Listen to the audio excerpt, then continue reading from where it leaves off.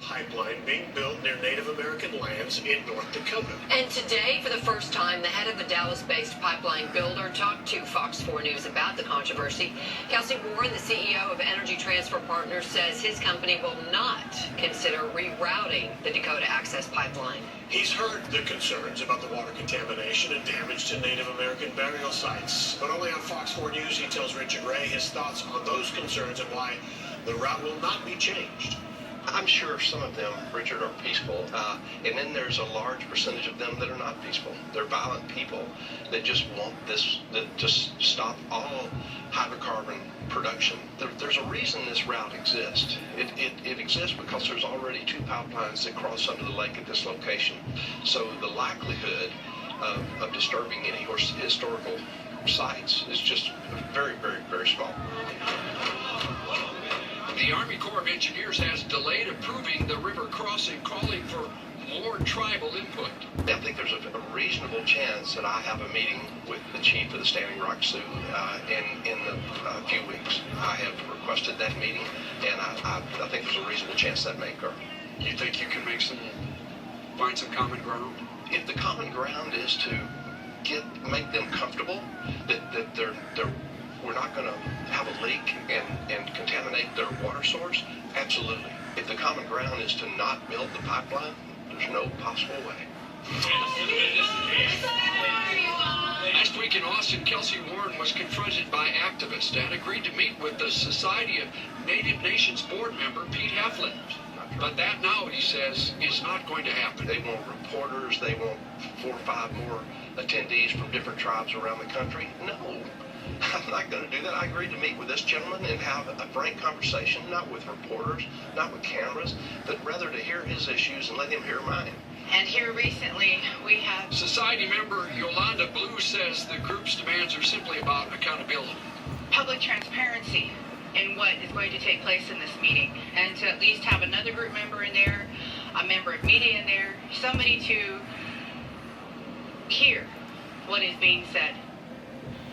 North Dakota Governor Jack Dalrymple today asked the Army Corps of Engineers to speed up its decision on whether to allow ETP to proceed. Dalrymple said at a news conference that increasingly frequent protests against the pipeline in and around the state capital of Bismarck have created what he called a tremendously challenging, tremendously difficult situation. Steve and Heather, back to you.